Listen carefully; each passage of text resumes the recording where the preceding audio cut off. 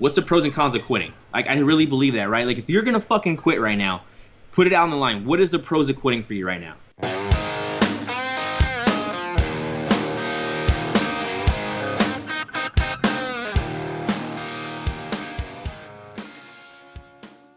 You know, when stuff gets super hard in life, I feel like the most difficult thing ever is to not let fatigue or fear turn you into a coward.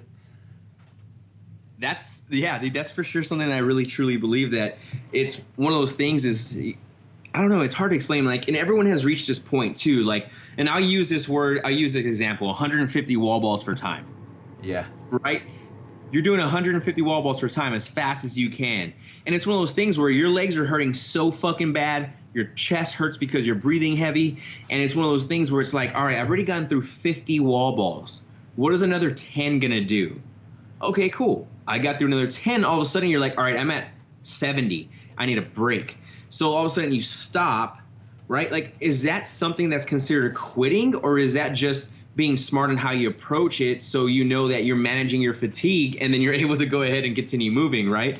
Or is it one of those things where it's like, fuck this workout, I'm not going to do 150 wall balls, I'll do 70 and then call it quits? Right. I think for me, like, you have to figure out, you got to, like, determine the outcome of the situation before you get into it.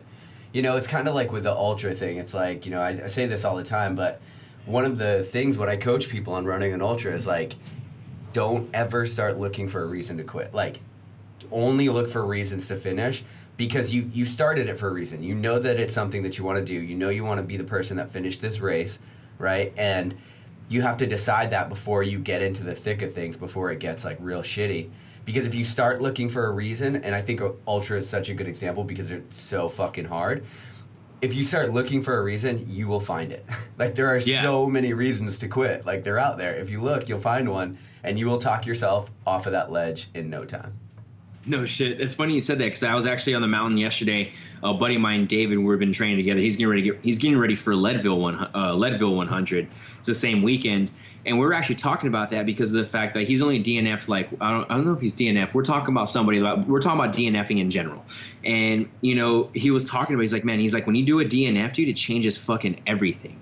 And I'm like, I haven't experienced that yet, right? You know, but at the same time, it is in my head. It's been there. It's always in your head. It's always that fear, right? So it's like, and you said it yourself, like, quitting and finding a reason to quit, like, don't find one, because then you are going to, right? But is there a difference with me thinking, like, I'm afraid of DNFing and I'm afraid of fucking quitting, right? Like, I'm afraid of that. So if I don't think about it, is it going to happen? Or if I do think about it, it helps me keep myself out of the position of not quitting. Yeah. I mean, so for me, like, I have to go so a DNF, for people that are listening to this that aren't aware, DNF is did not finish. So that's when you wouldn't finish a race for whatever reason. Could be medical, could be you quit, could be whatever. There's a lot of DNF. Time cutoffs. I mean, look, I fucking DNF'd on my second ultra ever, so I ripped that Band-Aid off, like, right away.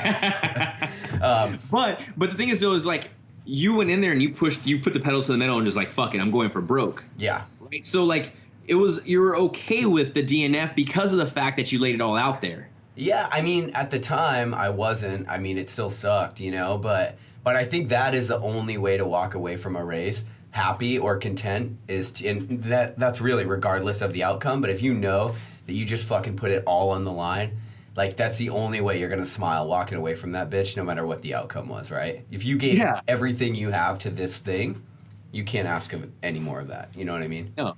It goes back to the you know, the champion's mindset, right? Talking about, like, what ifs. Like, do I have, if I can look at my DNF, or if I quit something and I go ahead and put on the board what ifs, and if I'm able to start putting down, like, reasons, like, what ifs behind it, I think you probably fucking quit for no reason, in the wrong way. Yeah. But if you go up there and you write what if and you're like, man, I can't put anything underneath that at all, fuck it. Like, I laid it on the line. I'm okay with it happening. And that kind of goes into the whole ultra realm, right? You have athletes who talk about getting into these tough fucking races in the world. I mean, let's talk about Hard Rock 100. It's a 100-mile race that goes through the mountains of the San Jacinto mountain range, right up in Colorado. Yep. And it has 33,000 feet of elevation gain and descent. Mm-hmm.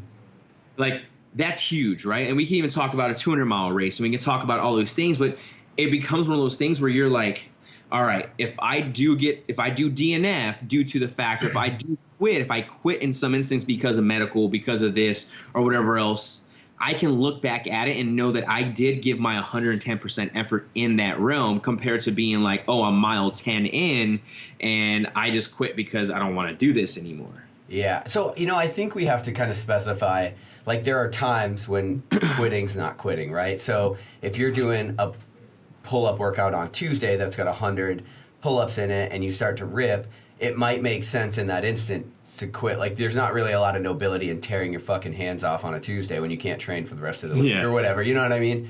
And maybe there is. I don't know. But I think that's certainly a different problem than going into like a bucket list item, like 100-miler or whatever. You know what I mean? So I remember on the race that I DNF'd at, I got to mile 57 in rough fucking shape. Like, I already had stress fractures. I had explosive diarrhea. I was vomiting, like chafing. I'm telling you, I was rough, dude. And the race director at mile 57 or 58, he was like, hey man, so you're not going to make the time cutoff for the next one, like if you want to just stop here. And I just looked at him like he literally shot my dog. I was like, no fucking way am I quitting, dude. Like, you're asking me to quit right now? He's like, you're not going to make it. And I'm like, I'm going to die trying. I don't know what else to tell you. And so, so I literally pushed off out of that aid station with no hope at all of finishing this thing, just to do another 13 miles. But, like, I had to decide in that moment that, like, I had to decide before that moment that I'm not, come hell or high water, I'm not fucking quitting. And look, like, it got to hell in high water. You know what I mean? Sometimes it'll get there and you've already decided you're not going to quit. So I don't care the toll. I don't care the pain. I don't care what happens. I'm not quitting. It's like that one scene in The Wolf of Wall Street. You ever seen that movie? Yeah. He's like, I ain't fucking leaving. It's that part. I ain't fucking leaving. That's exactly how you have to be, man. Like, I swear, if you try to decide to be that person in the moment when it already hurts, you're done. Very few people are that strong, I think. But that's the question, though, is like, do we surround ourselves with those types of people, or do we just be able to manage those type of people in our life? Because, realistically, like, that does leave, some kind of level of balance of being like, oh, if I'm just around people who are positive every single time and don't have the no quit mentality, like, does that hinder me in a way, or does it not? Because I look at that as also too, it's like, well, if I be around a group of people who are always positive and never quitting and are literally going till the brink of like, I'll either die or I'm going to complete this, it goes back to the whole idea between of like aggression equals gain, or is it gentle mindset warrior to get me in the right realm, right? Because I look at someone, for instance, we'll have someone who quits an ultra, just because they wanted to quit, because they just felt they didn't believe in themselves, right? Like, that's another type of quitting because you had no confidence going into something. Well, unfortunately, you probably had that lack of confidence before even signing up for the race. Yeah, probably. It just got exposed. It just got exposed once you got put into an uncomfortable position. Well, so yeah, go for it. Yeah, sorry. No, I was just gonna say, like, commenting on that. Like, I've seen people quit in ultras. Like, man, those things will fucking defeat you, man. Like, it's just so much pain that, like, I've just seen people so defeated. Like, I remember in that 100 that I was talking about that I DNF'd, when I got to the aid station, we were getting ready to head into the canyon at mile 42, and I'd been with this guy all night, and we're talking, and I'm like, all right, buddy, let's do this. And he's like, nope. I was like, what? He's like, I'm not. I'm done. And I just looked like pure defeat in his face. Like, this guy's soul was just gone. And I was like, all right, well. And you didn't even notice at all while running together? You had no idea. He was like falling apart, you mean? Yeah, not really, yeah. It's an internal battle that his internal monologue was probably fucked, That's so funny you say that, dude, because I've experienced that plenty of times with guys, like going through like selection or going through just schools like that, and then also being an instructor at the schoolhouse where you're thinking this dude is fucking rock star and killing it and doing so well, and then all of a sudden you look to the left and it's just here is like DOR, which is want to quit, or you just see someone I know just being like, this ain't for me, I gotta go. And you're like, what? Like, you're fucking smashing this right now. What are you talking about? And it came down to just the fact of them setting unrealistic expectations for themselves, and they weren't meeting them, but they were meeting the expectations plus more of the standard they had to fucking pass. Yeah. Yeah, right? I don't know if we've talked about this on the show before, but like I know one of the things, like with me as an instructor, it was interesting because we would have these kids that would be like grow up in broken home, inner city, scrappy kids. They have been dealing with adversity their whole entire fucking life. And then we'd get these kids that, like, I remember this one guy played football at Harvard, was on the Olympic alternate team. Like, this guy just crushed everything he did, and he quit an indoc. And it's like, hasn't even fucking gotten hard yet, man. Like, where are you going? But it's like, I don't think there's a certain element of, you know, everything has come easy, so he's never had to deal with that adversity. Yeah. And there's something to be said, like, it's not that we would want anybody to grow up in a broken home, but like, there's something to be said for having adversity in your life and the way that you deal with it later on. Yeah, it's funny you brought that up too, because a buddy of mine, Kyle, really good friend of mine, he has a buddy, he does individual programming, he has an athlete getting ready to pick up in Ranger School, and the question he asked me was like, hey, do you think it's smart to have an athlete go into keto, right? Go into ketosis, go into selection? And, you know, in my head, it brought me right back to a position like this very day. I remember this like the fucking back of my hand. And this goes with the story, is the fact that I remember we were on our in BRC, base reconnaissance course, patrol phase, where they're on one of the patrols.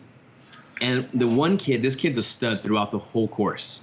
You know, he's an athlete. He eats well. He does all this stuff. And what he ended up doing was he ended up hindering himself because he was on a strict diet going into the schoolhouse.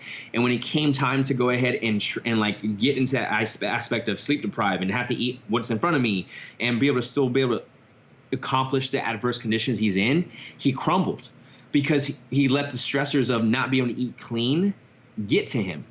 Right. And it brought me back to the idea is like, why would we set an athlete up for failure in that realm when we're just trying to make them as resilient as possible so they don't have any excuses to fucking quit in the back end. Right. And that's kind of the same thing here. Like you said, right. We see those kids that are from broken homes. We see these kids who go to a Division I school and everything else and eat super clean. And all of a sudden you're like, well, there's different types of soft and there's different types of hard.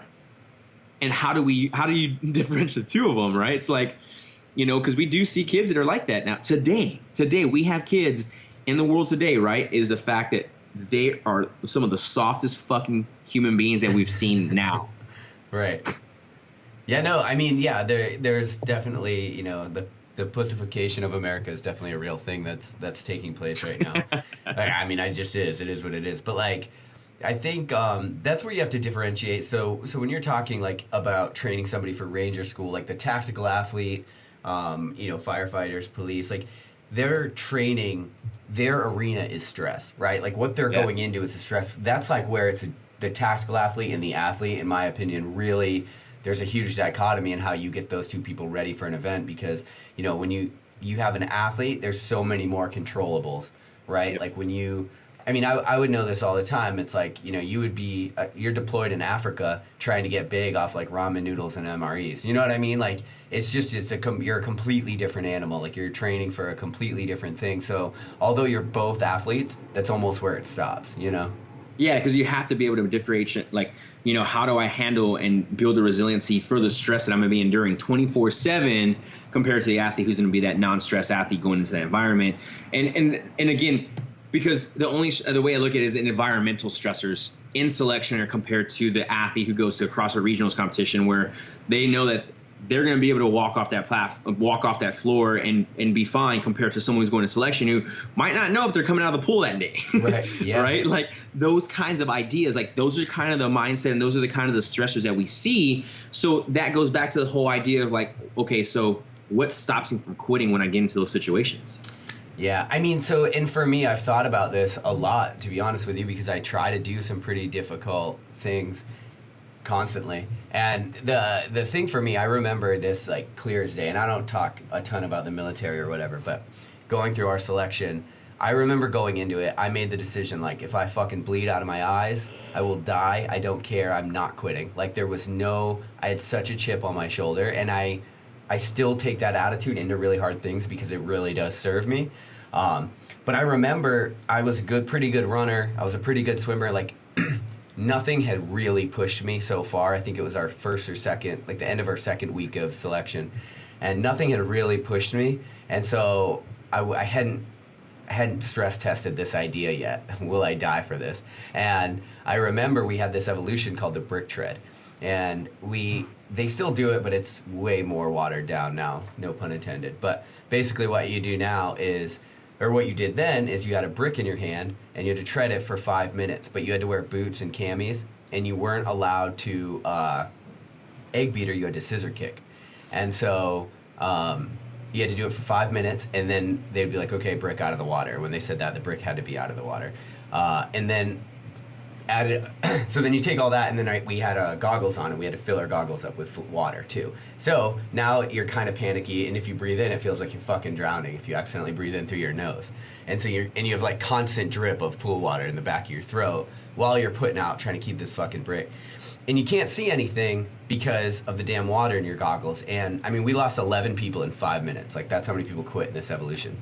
And I remember, it just sounds like chaos, and that's what they do in the schoolhouse environment. They make it this like controlled chaos. So there's instructors yelling all over you, or yelling all over the place. And I hear people quitting left and right. And they were like, hey, if you swim to the side of the pool, it's a nonverbal DOR. So nonverbal drop on request, for those of you that don't know. Like, basically you quit if you swim to the side of the pool. And so people left and right were quitting by swimming to the side of the pool because they felt like they were going to fucking die.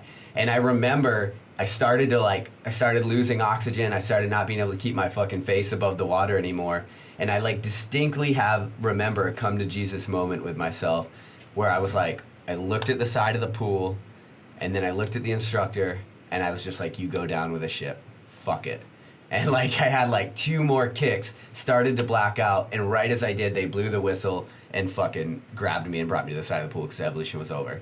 And I was just sitting there my whole world, every once in a while you have these moments in life that just rock you to your core where you have a realization, and it was like, holy fuck. I just had that realization, I was willing to die for this. I'm never gonna fucking quit, and there's nothing anybody here could ever make me do that will make me quit. And I think sometimes if what you want to do is really, really difficult, that you have to sort of come to that mindset before you even go into it, because then when it comes time to go down with the ship, that's exactly what you got to be able to fucking do. And that is a moment, that's a decision that's you're not going to be able to make in the moment, dude, because it fucking sucks. You know what I mean? Oh, man. Dude, you telling those stories brings back so many memories of just being at selection and teaching students and all that other good stuff. But I just see you smiling. I mean, the thing is, selection's the best example for that kind of a environment, because it's literally designed to stress people out so bad that they either get inoculated or quit. Yeah. I like to say smile in the face of misery. Yeah. Just smile. And people are like, George, you smile so much. Yeah. That's just how that's my emotional response to pain, misery, and suffering is me smiling. And but no, dude, so let's go ahead and translate that from selection. Yeah. And let's go ahead and move that into lifestyle of okay, cool, I need to get my health better. I need to go ahead and fix my marriage. I need to go ahead and look in those realms, or just fix a relationship with something, and not wanting it to quit no matter how fucking shitty it gets. Right. And I'm pretty sure we're going to use examples going back to ultras and selection and all that good stuff.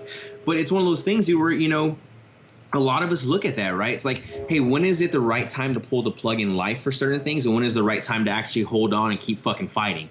Because again, those things are completely different, right? So I'll use an example. I'm gonna get a little deep here. We've talked about my grandmother before, and if you guys haven't noticed, my grandmother was my fucking world, was my rock. That was who she was to me. And it came down to me making the decision to either let her go ahead and stay on life support in hospice, or we go ahead and move her to hospice and pull off life support and let her just control her life and let her have that control herself. And, back in the past, it'd be hard for me to speak about this, but it comes down to now that, right? Because of the fact that I'm pulling the plug for somebody who is fighting, right? And I give them no chance to truly fight for themselves, right? And I look at that and put myself in that position. It's well, if I'm in that position, if I didn't have that chance to really fight for myself, then that's wrong. I believe that I need that. Right. So right there and then in that position, I was am I going to go ahead and let her control her life on her own? Or am I going to go ahead and just go ahead and leave her on life support and see if this life support is going to go ahead and just keep her going when she wants to quit then? right? Because she's like, you know, it's fine to give up. It's time to give up. It's time to give up. And I made that decision to go there was to be like, hey, let's go ahead and pull off life support and let's move her to hospice so that she's able to control her outcome. If she wants to continue living longer, she can go ahead and live longer and manage that pain and manage that suffering and how she wants to, and we'll support her around it. Or if she's ready to throw the towel in. And that's what I did, right? And it put me in that realm of being like, oh, wow, like we are really, truly in control of if we quit or if we fight. You know, that hit home for me right there and then. When my grandmother passed away, and I gave her back her control of how she wanted to, and how this ended. I realized in that time moment it was an eye opener, knowing that hey, I have the control to either fight or to quit. Right, and I feel like a lot of people don't realize that. A lot of people don't realize like, hey, like you can fight. You're meant to endure. You're meant to keep fighting. Right. Just keep fucking doing it. Right. It's just, and here comes the ultra fucking example, right? Like I had a conversation with Dave on the trails. Like when you run with friends, you have conversations that get pretty deep. And we talked about this, you know, he's like, when you get to mile 70 is where the make and break happens. If you're going to quit or if you're going to complete this race. And then mile 80 comes around and you're like, I have fucking 20 miles left. It's all downhill from here. Right. And all of a sudden mile 90 comes in and it's like, I've already gone 90 miles. I have fucking 10 miles left. Right. Right. You know, so it goes back to that same idea of like, all right, I'm this far into this. Why am I going to go ahead and just fucking give up right there and then and make it that simple and just give up after I've worked so hard for something? So, you know, talking about like my grandmother and how that roams, and I'm probably not making sense too much because it's one of those topics that really hit home for me.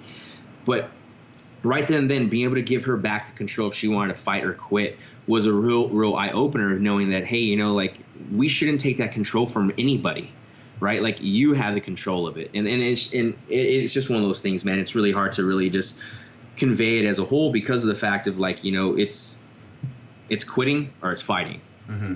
Right. And you make that choice already going into the realm of it. Right. You already go into that realm of, all right, I'm going into this. I'm going to fight all the way fucking through it.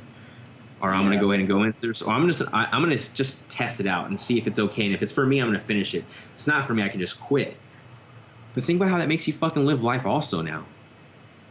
Yeah, I mean, I think I'm a firm believer of how you do one thing is how you do all things, you know? Are you the kind of person that quits when it gets super difficult or not?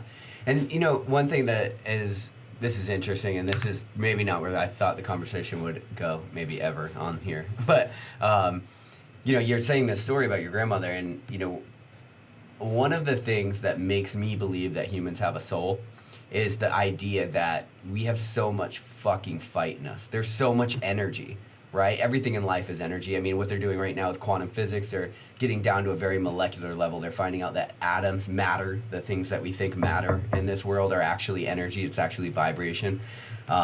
And I don't know, you know, where that ends up going, but this idea that everything is energy. So for me, it's like there's so much, you know, no matter what you believe, there's so much fucking fight in us. There's so much energy contained in the human spirit. There's no fucking way that goes nowhere, right? Everybody knows energy doesn't stop, right? It can only be transformed.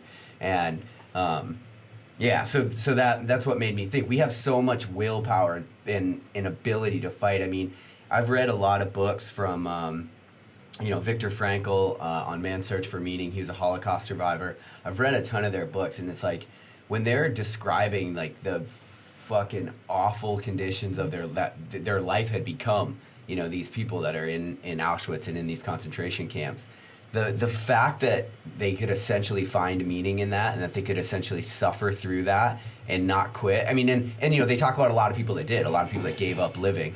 And this idea that we have so much power, we have so much ability to fight through hard things.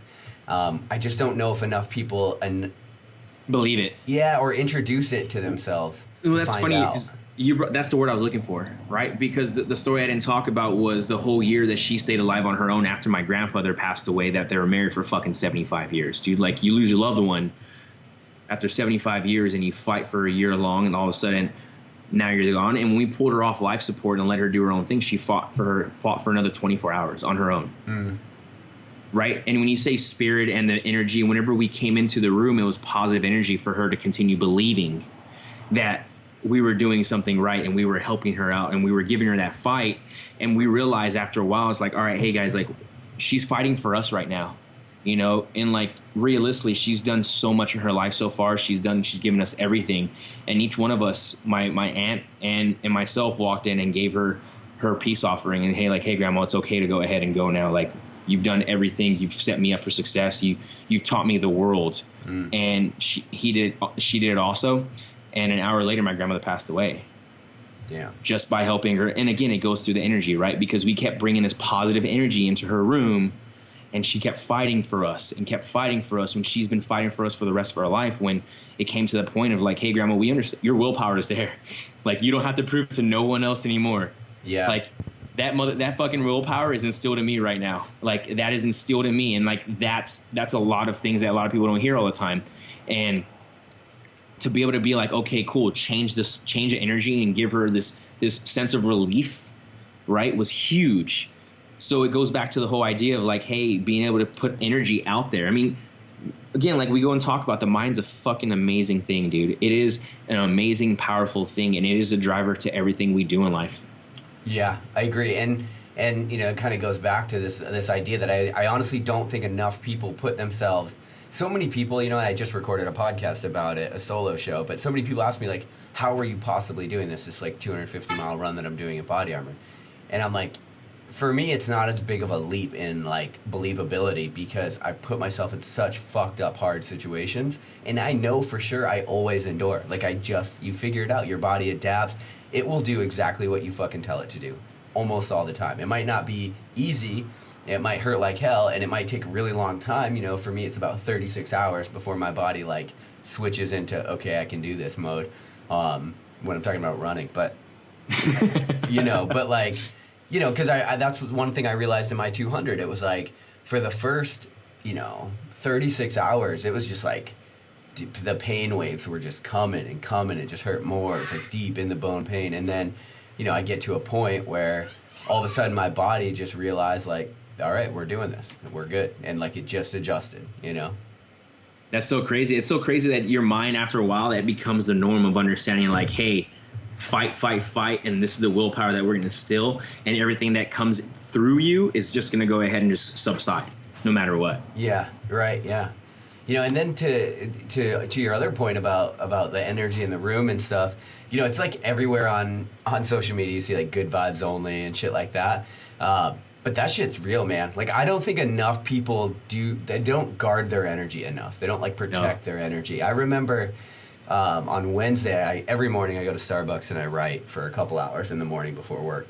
And I was in there writing, and this guy's in there, and he's bitching to his friend about Amazon. Like, I don't even know why, but, like, it was, you know, when you see those people that something's always wrong and they are not going to be happy until they fucking tell every single human about this injustice that they've had happen to them, right? And it was crazy because his friend's, like, kind of laughing, and this guy's getting more mad. He's like, no, it's not fucking funny. And he's, like, getting more angry. And everybody that was around him, like, you could just see, it was like looking at the energy in this room just fall apart. Like, people were just, like, people were leaving, and it, you know, just from one guy, like, bitching and moaning, and it's like, I was like, get me away from this. Like, this is toxic. Like, you can just tell, you know what I mean? And I don't think enough people, you know, put themselves around people with good energy like that, and they don't try to foster it for themselves. And that shit matters, man. Like, this dude was bringing my day down hard, and I wasn't even having the conversation with him. I was just like, get out of here. Maybe I'm just more receptive to it because I think about it a lot and I write about it, but it's like, that shit's real, man. The energy you bring to a situation matters immensely.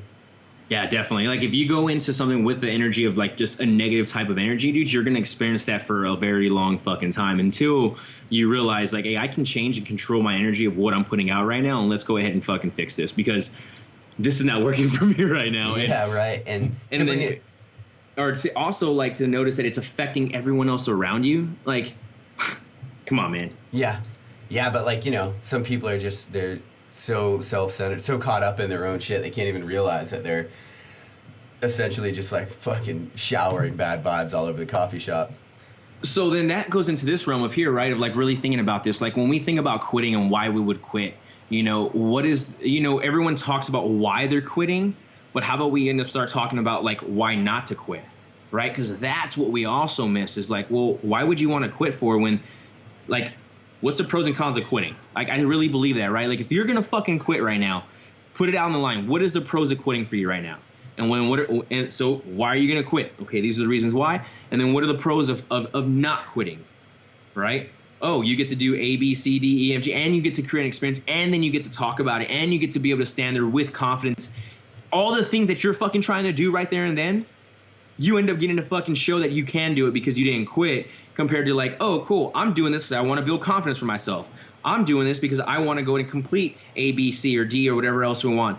Well, guess what? If you quit, you don't accomplish any of those things. And guess where? You go right back to the exact same fucking position you were at before even signing up. And I'm pretty sure you didn't train or put yourself into like getting yourself in that position to be able to be successful. You decided to, I'm just going to see what happens.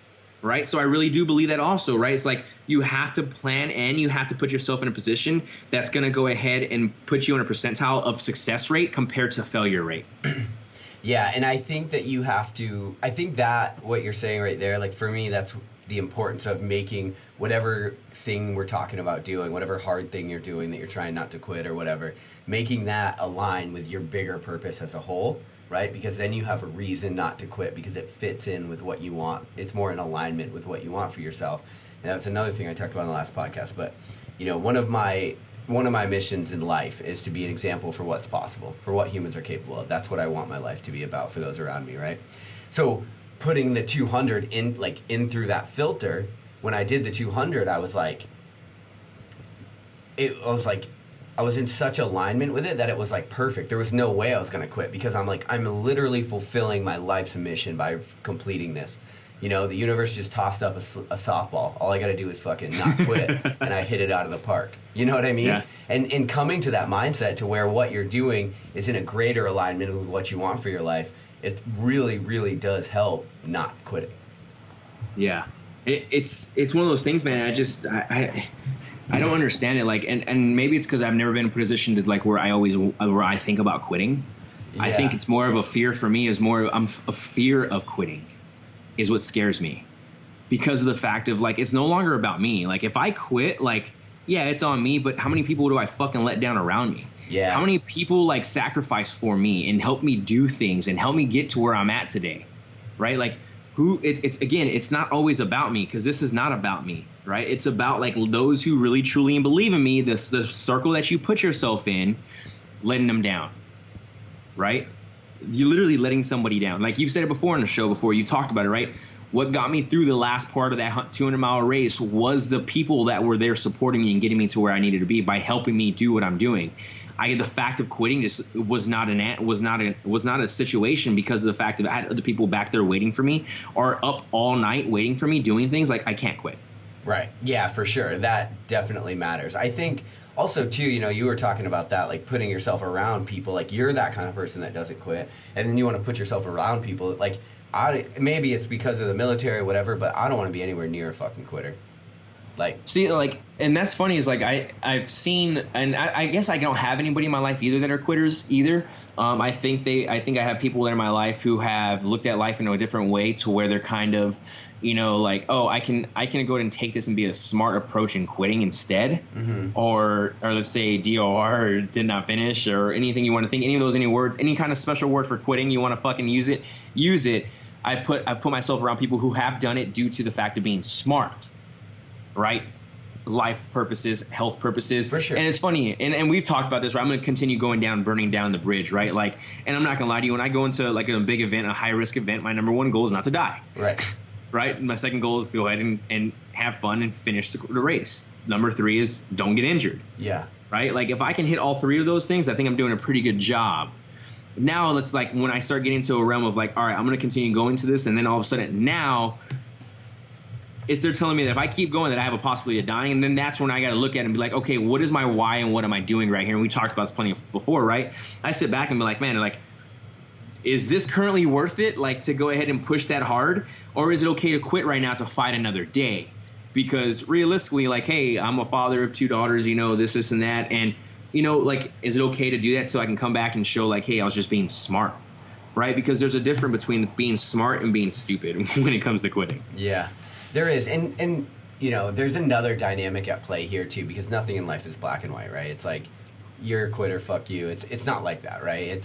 there are levels to this shit, right? There always are. There are layers that you have to look at. And, I can think of, sometimes what I've seen happen is it gets really tough and somebody has a temporary moment of weakness and they quit or they quit on themselves, and that becomes such an intense learning experience, right? And they become such a different human after that, or maybe they become the person that doesn't quit after that. Like, everybody's figuring this life thing out at our own pace, right? So, I mean, I don't mean to sound like I'm on my ivory tower, like, don't fucking quit. I can think of 2 times in my life where I quit on myself, where I could have gone harder, and I literally let fatigue turn me into a coward. I remember both of those, and they're like seared in my fucking head.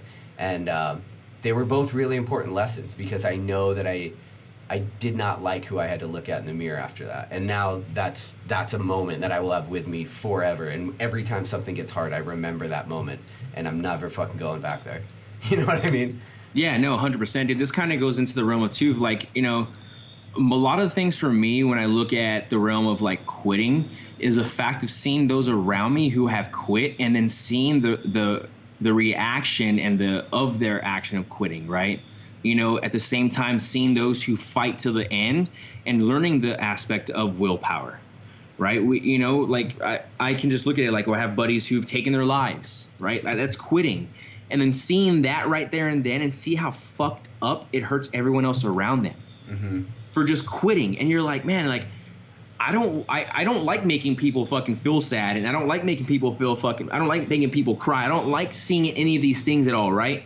So I'm going to do the best of my ability possible and not to put someone in that situation, right? Because it does hurt, dude. Like that, like, all of a sudden I quit now. All of a sudden I go ahead and see someone now crying or upset because I quit.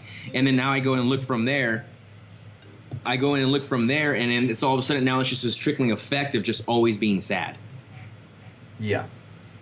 Yeah. And I mean, look, yeah, absolutely. I mean, like, it's hard if you start talking about suicide. Like, that's a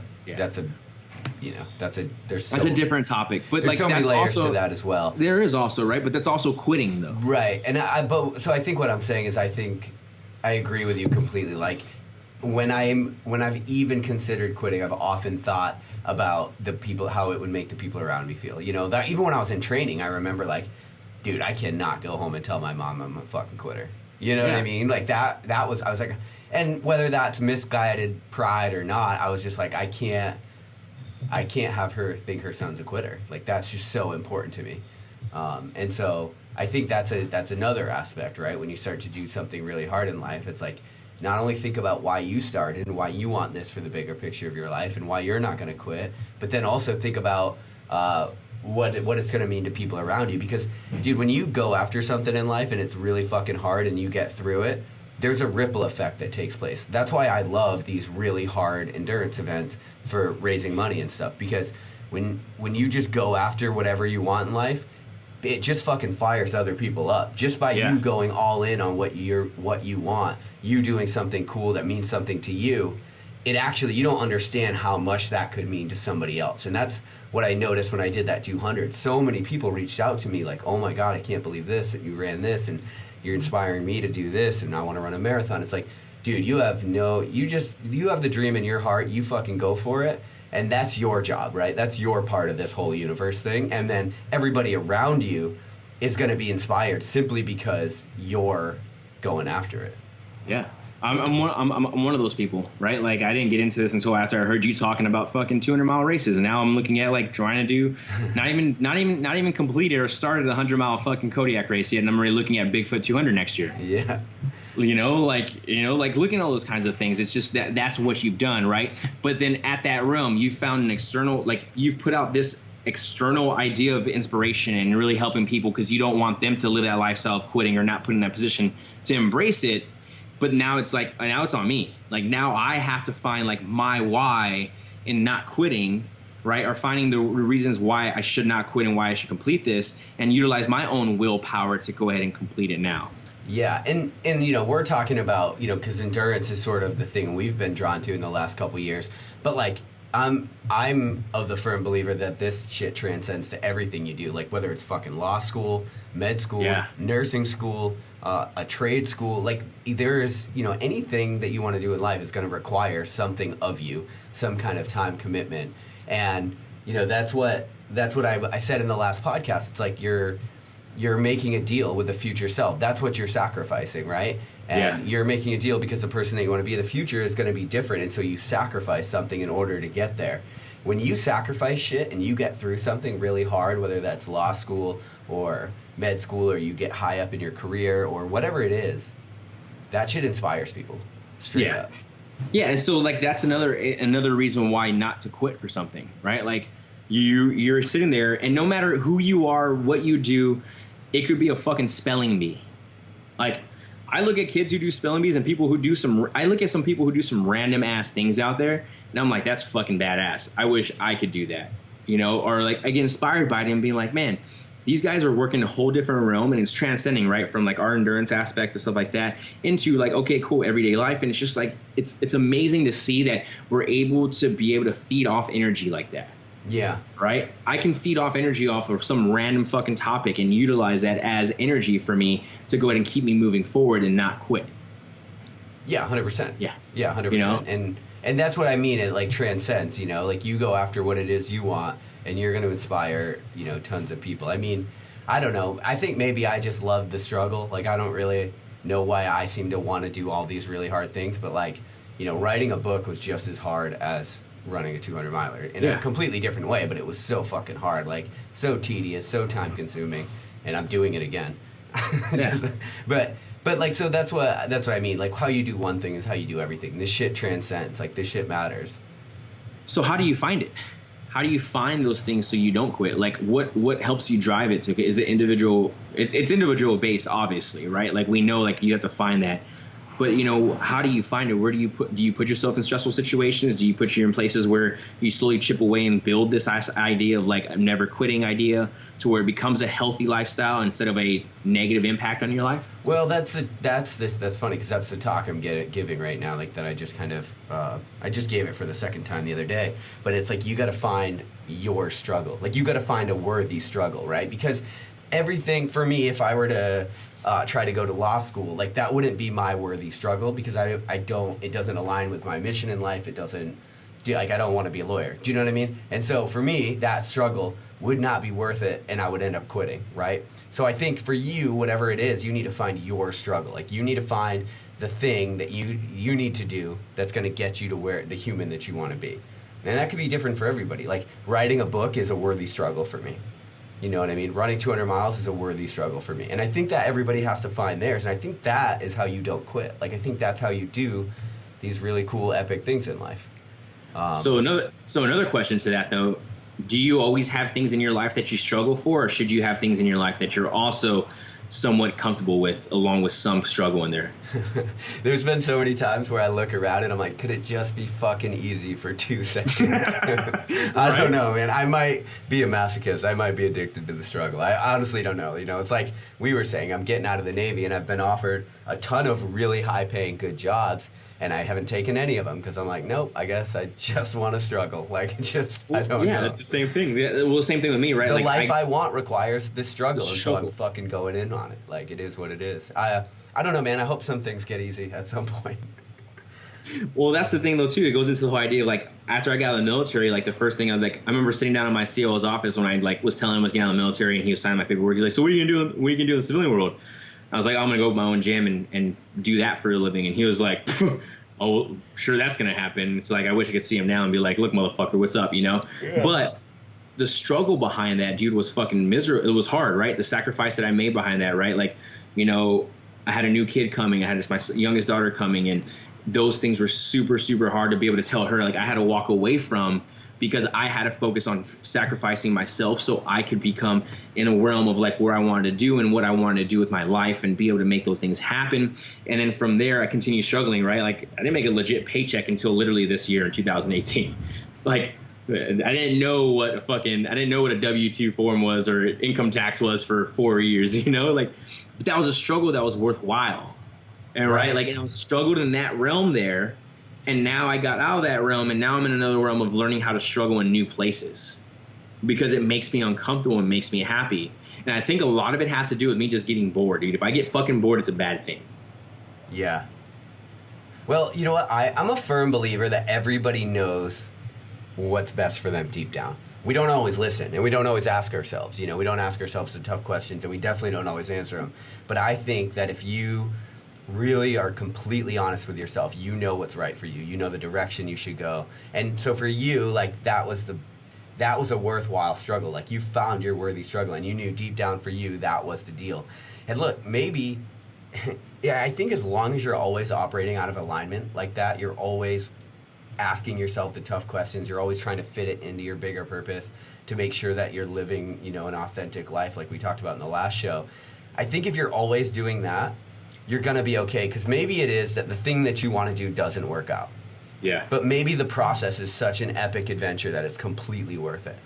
Maybe you're going to learn something that the next thing that you do, you're going to be able to apply that. Maybe the person you're becoming is so much better just because you're willing to take on these struggles.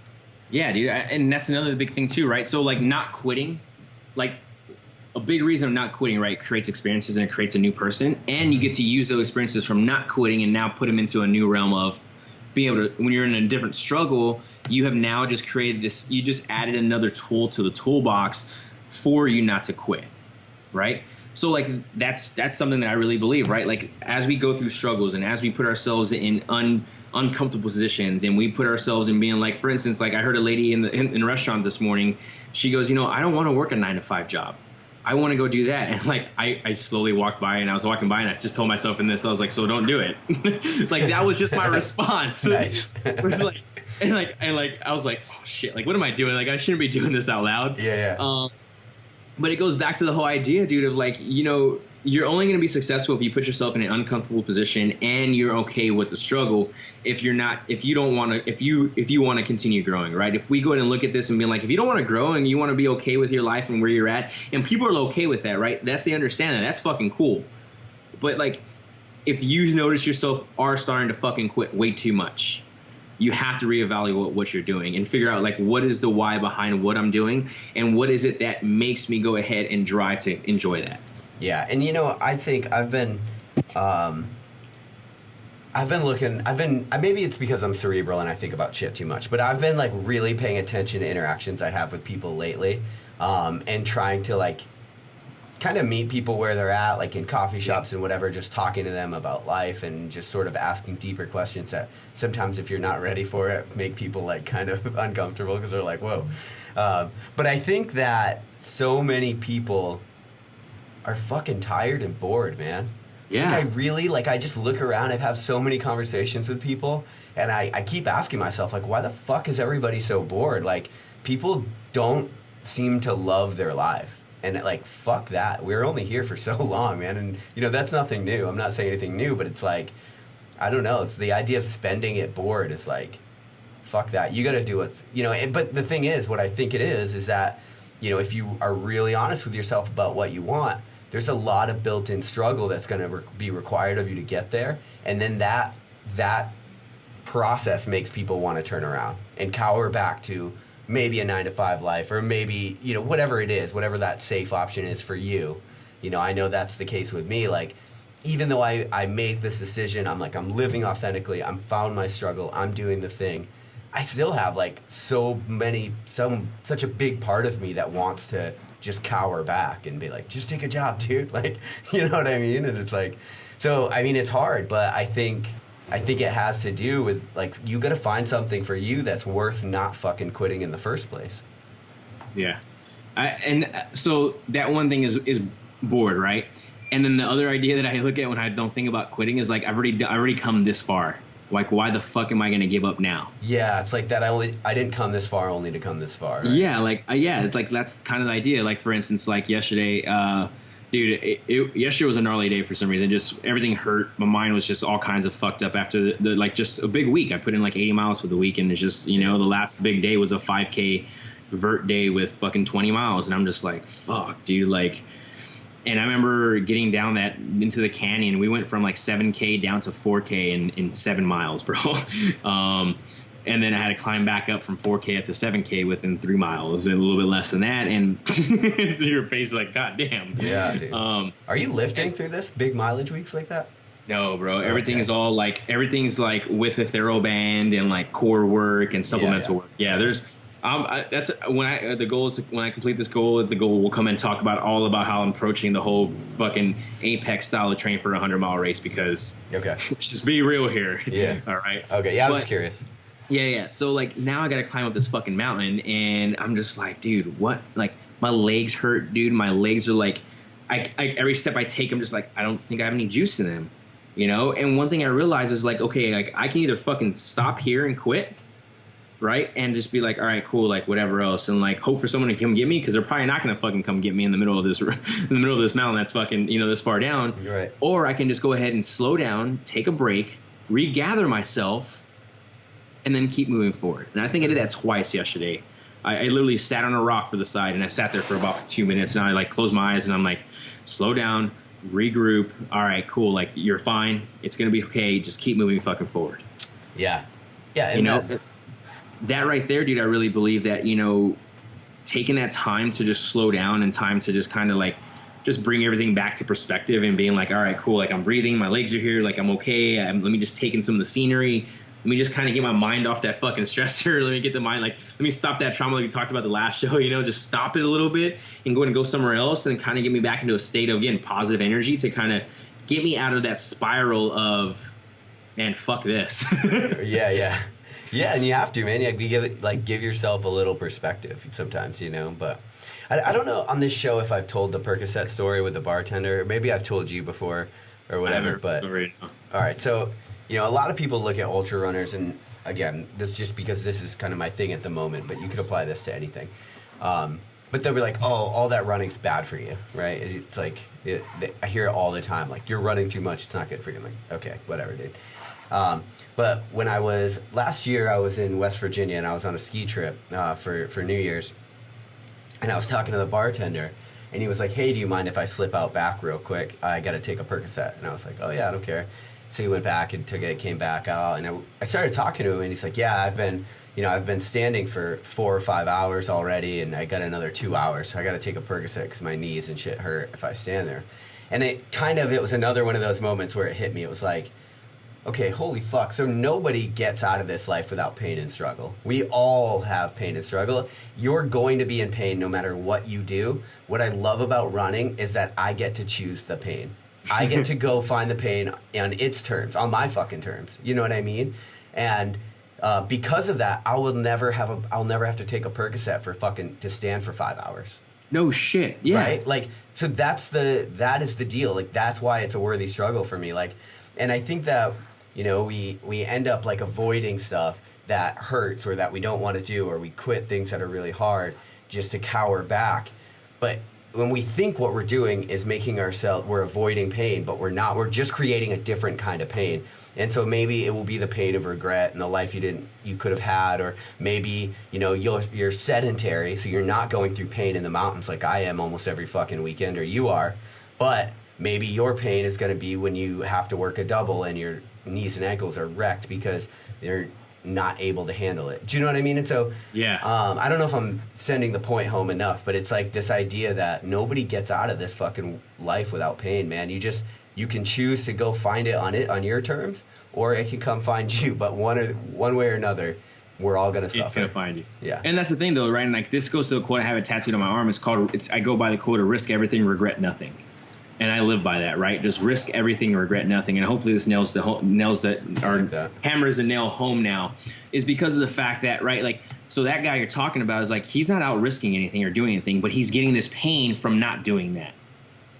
Like you just mentioned, right? Right. Now you're risking your time and all that good stuff to put yourself in a position of pain to where now when you have to go and stand for 9 hours at a double, you can handle that pain because you've experienced it in a different realm, because you're willing to risk it all. You know what I'm saying? Like, risk everything, regret nothing. Yeah.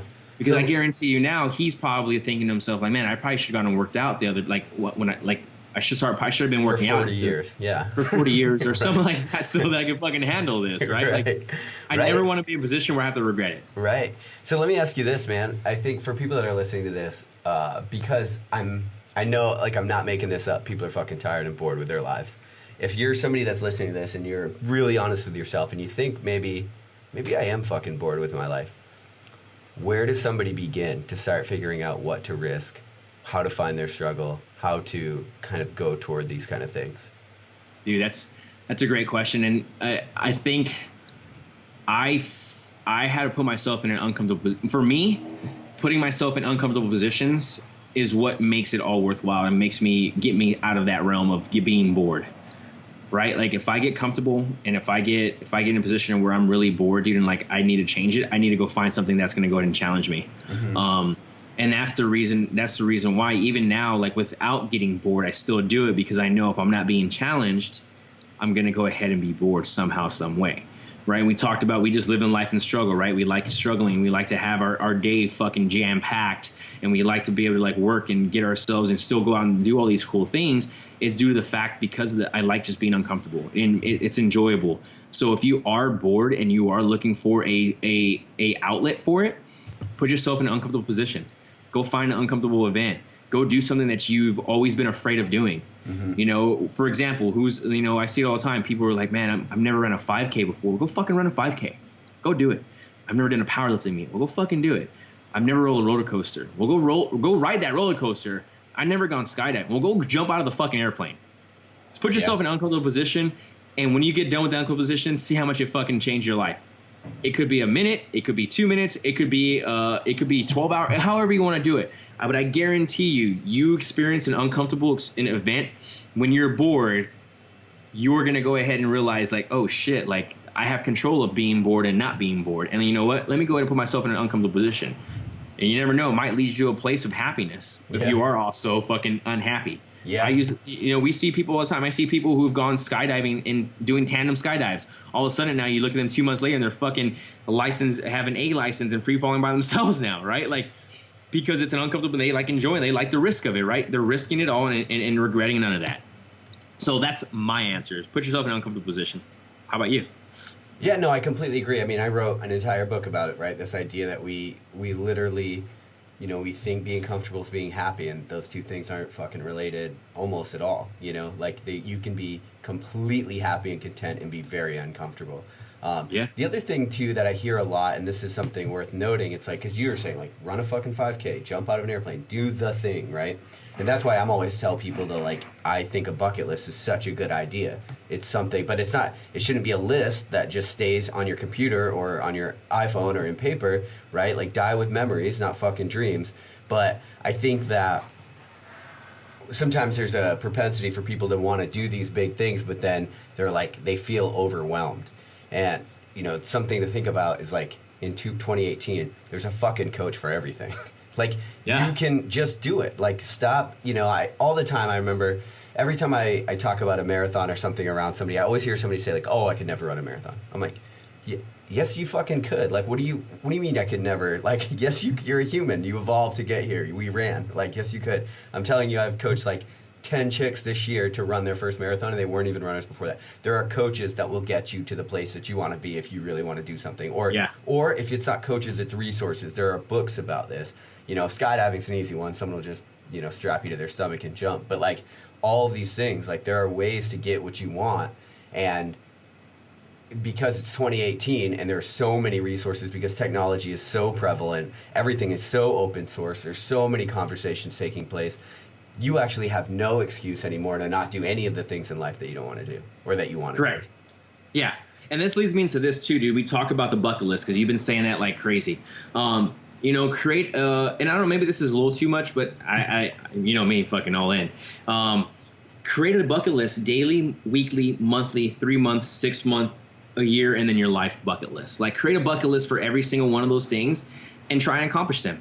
Right? Put yourself in those uncomfortable positions for a daily thing. And maybe daily is a little too much. Like, maybe it is. Maybe it is a little too much. Who fucking knows? Like, I was trying to think of myself today. Like, did I put myself in an uncomfortable position? It's like, yeah, I did. I put my daughter in a kayak with fucking a life vest, and I'm like, I'm the one controlling her life if I flip this motherfucker. So that's my uncomfortable position for the day, right? Come out of it. She's fine. Everything else like that. I'm having a good day for the day. And then weekly, right? Like, my weekly uncomfortable aspect of my bucket list for the week is trying to get 90 miles in for the week. and still manage getting all my fucking work done and still be able to be a fucking awesome dad and still be able to do all those things. Like, that's my weekly bucket list, right? Like, living in that. And then monthly, okay, cool. Well, the month's getting ready to be over, and I've done multiple things already that put me in uncomfortable positions, right? And then we can go in and look now, all right, what's August bring me? Oh, whoa, August is my 100-mile race. Like, that's my biggest fucking uncomfortable position of that time period. And then we can go and look at 3 months, 6 months, 12 months, and then you can have your life bucket list where you want to, check things off. Because why? You're always working towards something. You're always putting yourself in a realm of where now I've just created more experience. I've created more tools to where I don't have a reason to fucking quit in anything I do in life that approaches me. Mm. Yeah, I was talking to, one of the things I remember talking to Brian McKenzie on when I had him on LionHeart radio show. He said, because I was like, man, he's always this guy. For you guys that don't know, Brian McKenzie, CrossFit Endurance, Power Speed Endurance now, all that stuff.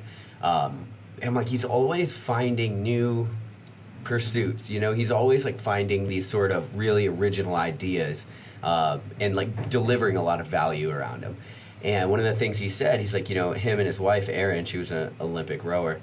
Me and Erin, I had her on the show too. He's like, I think he's like, every 6 months, we just try to make ourselves so uncomfortable. Like, we think about the thing we don't want to do and we face it. And I was like, he's like, and it's not fucking easy. Like, it sounds good in theory, but it sucks. Like, you're scared all the time. He's like, but it's so necessary for growth. And, that's huge. Yeah, I remember thinking, like, damn, like, what am I doing right now that's making me really uncomfortable? And a lot of times we don't do those things in life. We just don't. Yeah, 100%, dude. No, I couldn't agree with you on that, man. I mean, I think that leads us into the whole idea of like, hey, this is why not to quit, right? Because you get to experience these whole new uncomfortable situations that are all going to make you grow. And if you just push just the tip a little bit and pull yourself out, we all know how that feels. Right, we do. But yeah. I think before we wrap up, too, I want to give a quick shout out. So the guy, Jeremiah, that gave us this idea for the show idea, he this weekend did a 50-mile ruck to raise money for Gold Star Teen Adventures, the same group I'm raising money for with my run. And I was talking to him about it, and his entire team quit around him. So he had to finish that bitch by himself. So they quit at some point, I guess, early morning, late night, and he had to just do it by himself. So shout out to that motherfucker. That dude's a hard motherfucker for sure. Find some friends that aren't bitch made. Can't be having friends quit like that on you. That's bullshit. No shit. But yeah, congratulations to that dude, man. I'm super pumped. He's actually going to be coming out for my 100-mile race and help crewing. So I'm excited to have him out there for sure, because I know he's going to be an extra person, not let me quit. Yeah. So nice one. It's going to be a good time, bro. So, I mean, that's it, dude. Yeah, thanks for listening, guys. The feedback has been fucking awesome. I'm not gonna lie to everyone right now. Like, when me and Rick started talking about doing this, it was kind of one of those things where it was just, I guess, a sense of therapy for the two of us. Us talking to each other and doing that, and like notice that we're sharing things with each other, and we're like, man, maybe hopefully other people can value from this, and that's what's happening. People are valuing from it, and I'm inspired by those who are getting the value from this content that we're putting out. So thank you guys deeply and greatly. The support has been huge for me. I know that for a fact, and I know that for Rick too. Yeah, for sure. And if you guys are digging this show, like, literally the best thing you can do for us is just share it. Like, tell somebody else you think might dig it. Share it on your Instagram story, Facebook, whatever the hell you do. But if you're into it, like, if you could share it, we'd appreciate it. Yeah, and another thing too, guys, also, one thing, me and Rick, we are doing the content behind this and really trying to, like, find what to talk about. So if you guys want us to kind of dive deep into something, or talk about something, please put it out and reach it out to us. Like I said, we throw it in, like Jeremiah did it today for us. And, from there, we've been able to come out and put this out for you guys. So if you guys have something you guys want us to talk about, mention, or just cover the wave tops on, we're more than happy to do it for sure. For sure. Thanks, brother. Thanks, guys. Thanks for listening to LionHeart Radio. I hope that the information from today's show will make you fitter, happier, and healthier. For the show notes of this episode and every episode, head to www.lionheartrad.io. Yep, just like LionHeart Radio. And please, if you have the time, head over to iTunes and give us a 5-star rating. It really helps us to know that we're on the right track and delivering you reliable information and value. As always, feedback is welcomed. If you have any comments on the show or would like to suggest a guest, send me an email at rick@luavive.com. That's LUAVIVE.com. LionHeart.com. Thanks for your support, and we will see you next time. Bitch, I feel good. Don't I look stupendous? My shine is so endless, and shit you can do to end this. Even when I'm dead, niggas still gon' bump that chip shit. Coke white, Escalade on cinches for you dipshit. So you won't forget this. Midwest nigga be the coldest. Cleveland.